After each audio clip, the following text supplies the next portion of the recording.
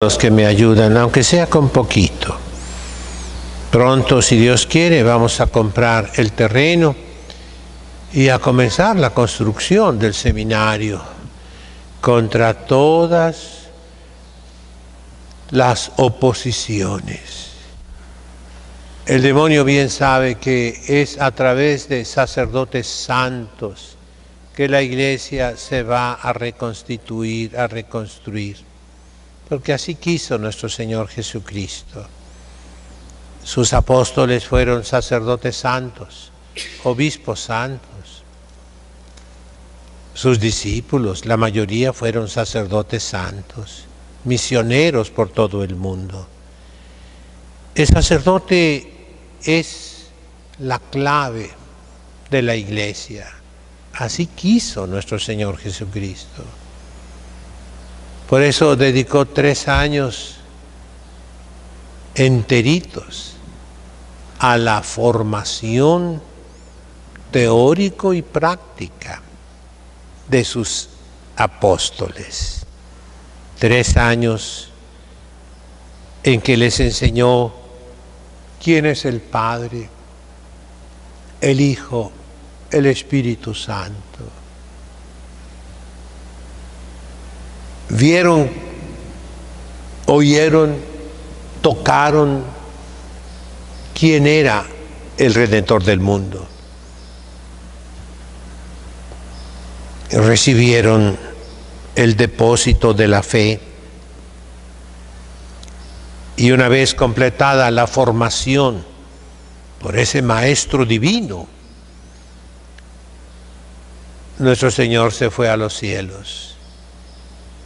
Y les manda su Espíritu Santo que los transforma y les enseña y completa la obra de Cristo. Así el sacerdote en el seminario se supone que recibe la formación. Pero tristemente en estos momentos que estoy hablando, ¿cómo están los seminarios? Una primera constatación que es muy importante: los seminaristas no se ven felices.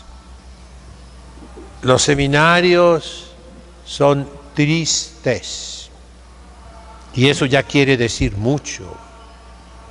Falta el dinamismo, falta la fuerza, falta el entusiasmo, falta la alegría, porque en los seminarios falta la vida ascética y mística. Ascético significa el sacrificio, la disciplina para adquirir las virtudes y los dones del Espíritu Santo. Una disciplina militar que siempre existió en los seminarios. Cuando el Concilio de Trento los instituyó, hablo de los seminarios menores, que son los únicos seminarios en sentido estricto, Los seminarios mayores son las antiguas universidades, donde no había realmente la formación. ¿De dónde provienen los seminarios? De los institutos religiosos, de los benedictinos, con todas sus ramificaciones, de los mendicantes, franciscanos, dominicos, jesuitas, por nombrar 3. Pero también los seminarios menores provienen de las órdenes militares. Hay una canción de cuna, las mamás a lo mejor la conocen. Toma a su niño, la mamá, que no se quiere dormir, y lo mece, como las olas del mar mecen a un barco. y dice, Ricky, Ricky, Ricky Ran. Yo escuché a mi mamá, Los maderos de San Juan. Maderos significa buques, barcos, naves de guerra de San Juan. Sí, los caballeros de San Juan Bautista, de San Juan de Acre. Es una ciudad que todavía existe, se llamó Ptolemaida,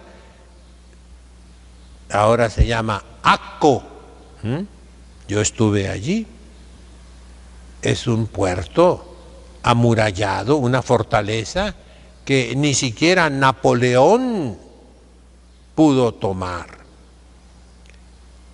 Esos caballeros cristianos se llamaban también templarios, caballeros de Malta, por la isla de Malta, que también fue fortificada contra los musulmanes. Era guerra continua. Y dentro de España, los caballeros de San Juan, los caballeros de la Cruz, de Calatrava, y la Orden de la Merced, instituida por la Virgen Santísima. Todas ellas eran órdenes religiosas, pero militares, de armas.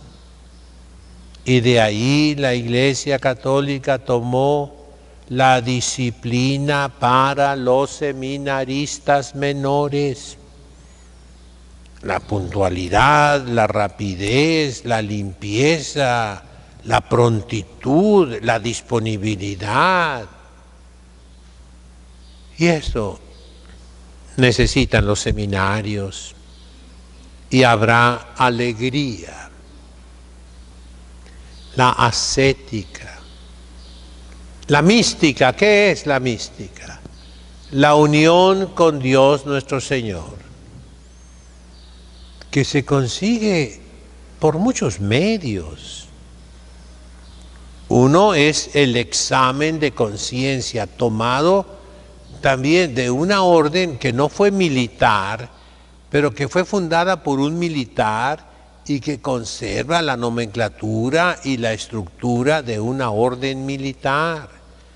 Los jesuitas, la Compañía de Jesús, compañía en sentido militar. Ahí Vige en aquellos tiempos, ahora es un desastre por todas partes. El examen de conciencia para adquirir la virtud que más necesitamos. Examen en la mañanita, a mediodía, en la noche, para quitarnos el defecto dominante. Y se adquieren las virtudes y se quitan los defectos con el examen de conciencia bien llevado. Y en los seminarios también, el amor a la Santísima Virgen María, que entre los caballeros, entre los militares consagrados a Dios, la llamaban la dama de mis pensamientos, como los caballeros andantes. Era la Santísima Virgen la que los guiaba, los alentaba, los consolaba, les daba el entusiasmo para la lucha. Algo quedó en ese canto español y mexicano, antiquísimo. La Virgen María es nuestra protectora, nuestra defensora. No hay nada que temer, Somos cristianos y somos mexicanos. Y fíjense la palabra que usa, Guerra, guerra contra Lucifer. La cantaban nuestros mártires en México. Daban su vida por Jesucristo nuestro Señor, por la Virgen Santísima. Ese espíritu militar nos une a Dios, nos lleva a Dios, nos enciende en el amor a Dios. Esa es la mística. Segunda nota que encontramos en los seminarios: el desdén por los estudios, la falta de estudios serios, profundos, comenzando por que no se enseña la lengua latina. El latín es necesario, como al médico la anatomía, como al arquitecto, al ingeniero, las matemáticas. El latín es la base de la cultura eclesiástica. Y hoy tenemos dizque doctores, maestros, licenciados y licenciadas, que no saben latín, mucho menos griego, hebreo, arameo, como pide el Concilio Ecuménico Vaticano II. La falta de ciencia profunda, de cultura sólida, de la ciencia sagrada, hace que los pobres seminaristas vaguen inciertos en una indeterminación, indefinición terrible, que no entiendan los misterios de Dios en lo que es posible humanamente, que no conozcan a Jesucristo, que no conozcan las Sagradas Escrituras, que no conozcan la historia de la Iglesia, el derecho de la Iglesia, la tradición de la Iglesia. Y con estas dos notas, la tristeza y la ignorancia, tenemos un clero triste e ignorante. Un clero mediocre, tibio, que no reconstruye la Iglesia, sino que coopera a destruir lo poco que queda de la Iglesia. En este pequeño sermón exhorto al Papa, a los cardenales, arzobispos, obispos, a las conferencias episcopales, a que reflexionen sobre mis palabras, dichas con mucha tristeza, porque la Iglesia requiere de ustedes, los pastores grandes, requiere de ustedes que tienen el poder, la autoridad en la Iglesia. Escuchen el grito, en cierto modo angustioso, de Jesucristo nuestro Señor, que dirigió a San Francisco de Asís: Francisco, restaura mi iglesia. Y lo soñó el Papa Inocencio III, un grande Papa, y lo vio. un hombre pequeño, chaparrito, en Asís. Fue una ciudad a la que fui yo 9 veces en 12 años, por necesidad, por mandato, por lo que quieran, por paseo también. Y ahí está, en uno de los habitáculos de los lugares donde vivió San Francisco, un hueco en la pared, que dicen la tradición que ahí se escondió San Francisco en una invasión de los sarracenos, de los musulmanes. Y a ver, tú, ¿o quién está más chaparro? A ver, pónganse de pie los dos. ¿Quién es más alto?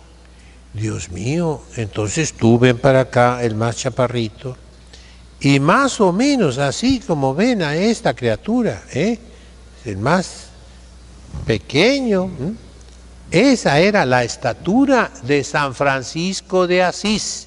Siéntate, ya eres franciscano. Era pequeñuelo.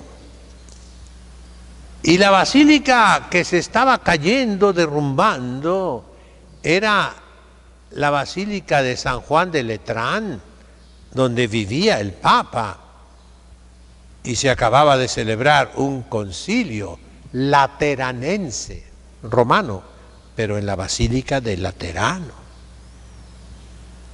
Y lo soñó el Papa, que con sus hombros sostenía a la iglesia gigantesca. Y cuando San Francisco con sus primeros frailes fue a Roma a pie y descalzo a pedirle al Papa la aprobación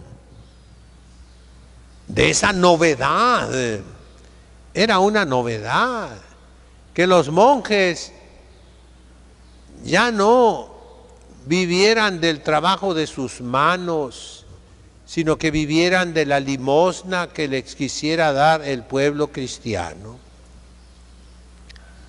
Que ya tuvieran la facultad de predicar de 2 en 2, como dice el Evangelio, en los países no cristianos. Que tuvieran la facultad de ir a los países musulmanes a predicar a Jesucristo. Una orden valiente, osada, atrevida, como esta congregación de religiosas, en la que las madres se dedican a la curatela y a la tutela de los seminaristas menores y al magisterio de los seminaristas mayores.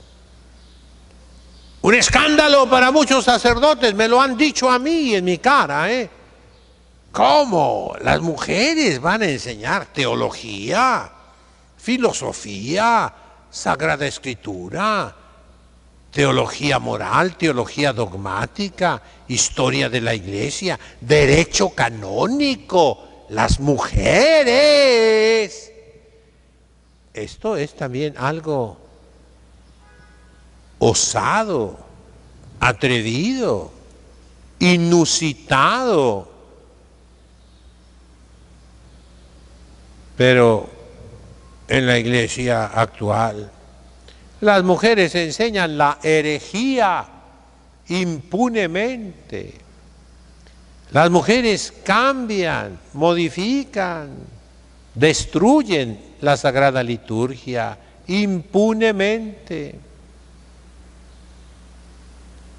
Con la soberbia metida contra lo que dice San Pablo, hablan en la iglesia, toman el lugar del sacerdote, del diácono, pero nunca van a encontrar a esas disque teólogas, filósofas, liturgas, Nunca las van a encontrar bañando un niño huerfanito. Nunca las van a encontrar en un leprosario, atendiendo a los enfermos del SIDA, como lo han hecho y en algunos lugares todavía lo hacen. Las mujeres verdaderamente consagradas a Dios, las religiosas, que tienen votos de pobreza, castidad y obediencia, que llama a la Iglesia la esposa de Cristo. Toda esta situación exige un remedio, requiere una solución. Está pidiendo a gritos que los pastores cambien, que abran los ojos, que amen la Iglesia, que hagan algo que detenga la destrucción total de la Iglesia. Que mis palabras muevan el corazón de los pastores para que sean buenos pastores, no solo como Jesucristo nuestro Señor, que busca la oveja perdida, sino como el rey David, buen pastor, que arranca de las fauces del demonio la oveja robada. En nombre del Padre, del Hijo, del Espíritu.